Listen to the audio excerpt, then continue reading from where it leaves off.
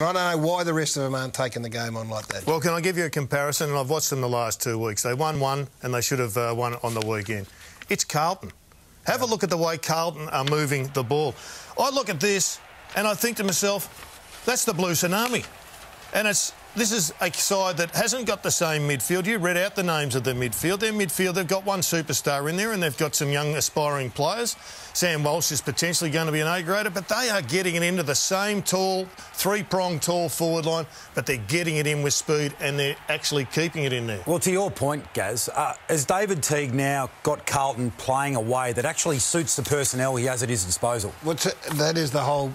I think that's where we're arriving at. He's looked at his talent list and said he's maximising what he's got. He's making the most of those three tools, Jared. He's keeping them a bit deeper. Going quick. They're one of the longest kicking teams in the competition. Don't overuse it when you've got the big dogs down there. And these comparisons tell a bit of a story, I think. Absolutely. I mean, if you look on the Carlton side of the ledger, that is a premiership formula.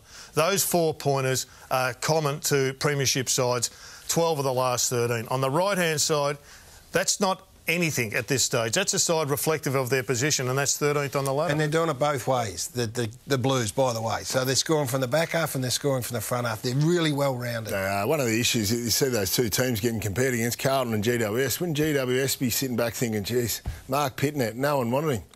Now, Carlton's taken him for bugger all, and he's been, beyond Max Gawn and Brody Grundy, the form ruckman of the competition. He's not there anymore to get the credit, Sauce, but it's a fair feather in his cap. And Carlton have got plenty of upside too. I mean, Charlie Curnow, 12 months ago, he was considered the great saviour of the Blues. If they were going to turn around, it was going to be on his back. And Caleb Marchbank at the other end of the ground, I think he's their best defender, and they're both out of the team. So Teague's doing a great job. Yeah, he's doing a terrific job. The one last thing they need to get right if they're going to play in September, you won't play in September with actions like this. Look at Jack Martin. You wonder why you lose close games of footy.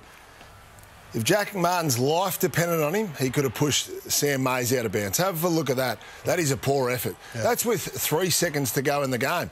So you didn't lose the game because Robbie Gray kicked a goal.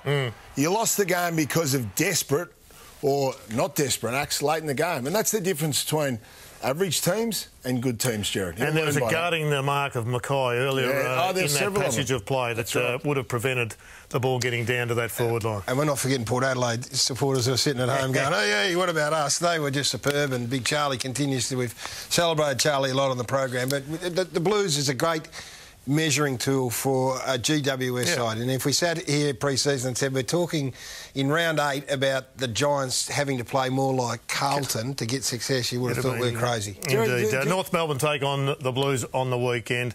And this is a side, Brownie, North Melbourne,